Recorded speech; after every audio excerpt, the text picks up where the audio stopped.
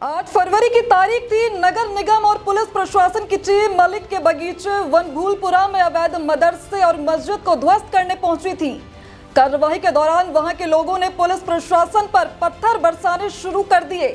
धीरे धीरे ये विवाद बढ़ता गया और इस विवाद ने हिंसा का रूप ले लिया। दंगाइयों की तरफ से पुलिस कर्मियों पर हमला किया गया, थाने में आग लगा दी गई, कई पुलिसकर्मी घायल हुए, कई पुलिसकर्मियों को जिंदा जलाने तक की कोशिश की गई। दंगाइयों ने गोली चलाना शुरू कर दिया। जैसे तैसे करके पुलिसकर्मियों ने अपनी जान बचाई। पत्रकारों पर भी हमले किए गए। इसके बाद पुलिस को भी आदेश दिए गए कि दंगाइयों को देखते ही गोली मारी जाए। इसके बाद सुरक्षा को देखते हुए पूरे शहर में कर्फ्यू लगा दिया गया था। इंटरनेट की सेवाएं बंद कर दी गई थी। तो वहीं अब जो है कल रात से ही इंटरनेट की सेवाएं बहाल कर दी गई है, कर्फ्यू में ढील दे दी गई है। लेकिन सवाल यहाँ पर यह है कि इतनी बड़ी हिंसा अचानक तो नहीं हुई, ये सोची समझी साजिश थी। वरना सोचिए, घरों पर इतने पत्थर कहां से आए, कैसे चंद घंटों में घरों की छत पर इतने पत्थर जमा किए गए, पेट्रोल बम का इस्तेमाल किया गया, कैसे सिर्फ चंद घंटों में बोतलों में पेट्रोल भरकर आग लगाई गई। ये कुछ चंद घंटों का तो काम नहीं है, ये पहले से प्लानिंग की गई थी। हालातों को देखकर यही साबित होता है और कहीं ना कहीं पुलिस प्रशासन की भी लापरवाही सामने निकल कर आ रही है। सवाल कई है, लेकिन सबसे पहले बात करेंगे मलिक के बगीचे में बने अवैध मदरसे और मस्जिद को तोड़ने के लिए नगर निगम प्रशासन और पुलिस की टीम क्षेत्र में बिना हवाई सर्वे के ही घुस गई। बीती 4 फरवरी के विरोध के बावजूद पुलिस प्रशासन और नगर निगम की टीम ने मामले को हल्के में ले लिया। कई मौकों पर ड्रोन से निगरानी करने वाले पुलिस प्रशासन कार्रवाई से पहले हवाई सर्वे तक नहीं करा पाया। क्षेत्र में अतिक्रमण वाली जगह के चारों ओर बस्ती बसी है। यहाँ 2 से 3 मंजिला मकान बने हैं जिनकी गिनती हजारों में है। पुलिस प्रशासन टीम पर सामने से दंगाइयों के पथराव करते ही छतों से पत्थरों की बारिश होने लगी।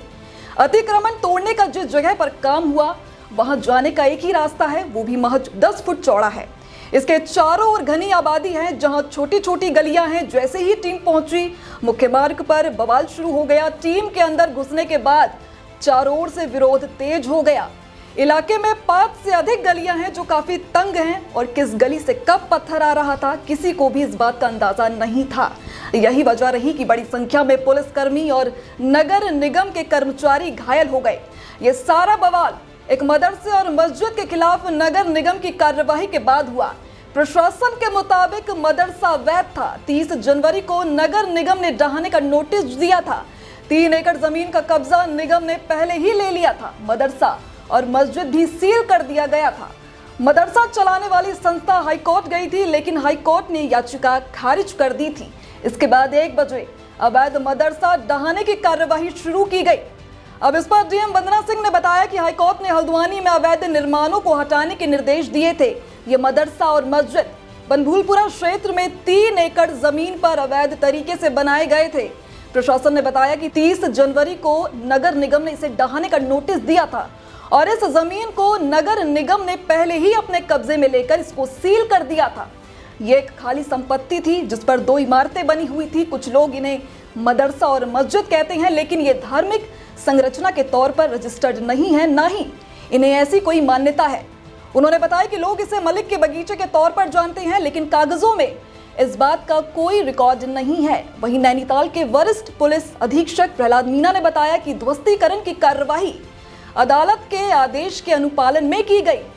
अब इस पर देखिए हल्द्वानी के विधायक सुमित हृदेश क्या कहते हैं। वो कहते हैं कि आजादी से लेकर आज तक हल्द्वानी में कभी भी इस प्रकार की घटना नहीं हुई है। यहाँ हमेशा अमन, चैन और एकता का माहौल रहा है। हाईकोर्ट ने इस प्रकरण की सुनवाई की तारीख 14 फरवरी को दी थी, फिर भी शासन और प्रशासन ने जल्दबाजी करके इस काम को अंजाम दिया। वहीं अब सबसे बड़ा सवाल यहां निकल कर आता है कि अगर हाईकोर्ट ने सुनवाई की तारीख 14 फरवरी को दी थी तो फिर प्रशासन ने जल्दबाजी क्यों की। अतिक्रमण पर एक्शन लेने से पहले ही LIU ने डीएम और एसएसपी को एक रिपोर्ट सौंपी थी जिसमें कुछ सुझाव दिए गए थे, लेकिन उन पर अमल नहीं किया गया। LIU ने 1 या 2 नहीं बल्कि 5 बार ऐसी घटना होने के इनपुट दिए थे, लेकिन उस पर ध्यान नहीं दिया गया। हालांकि अब तक इसकी आधिकारिक पुष्टि नहीं हुई है। LIU ने 31 जनवरी को 2 बार, 2 फरवरी को भी 2 बार और 3 फरवरी को 1 बार वनभूलपुरा क्षेत्र में हिंसा होने की चेतावनी दी थी। 2 फरवरी को LIU ने अतिक्रमण को हटाने के लिए सुबह का समय सही बताया था। इसके साथ ही इस कार्यवाही से पहले इलाके का ड्रोन सर्वे करने की बात कही थी। पूरे क्षेत्र में भारी पुलिस बल तैनात करने की बात कही थी। इसके साथ ही मस्जिद के अंदर पवित्र किताब है या नहीं, इसकी भी पुष्टि करने की बात कही गई थी। 3 फरवरी को LIU ने इस बात को दोहराते हुए फिर से चेतावनी दी थी। आखिर फिर क्यों बार बार चेतावनी देने के बाद भी प्रशासन और अधिकारियों ने इस इनपुट को अनदेखा किया? अगर प्रशासन इन सभी इनपुट पर ध्यान देता तो शायद जिस तरह की हिंसा हल्द्वानी में हुई ये रुक सकती थी। इस मामले पर और क्या कुछ खुलासे होते हैं, इसकी पल पल की अपडेट आपको देंगे। आप जुड़े रहिए हमारे साथ और देखते रहिए ABPL न्यूज़।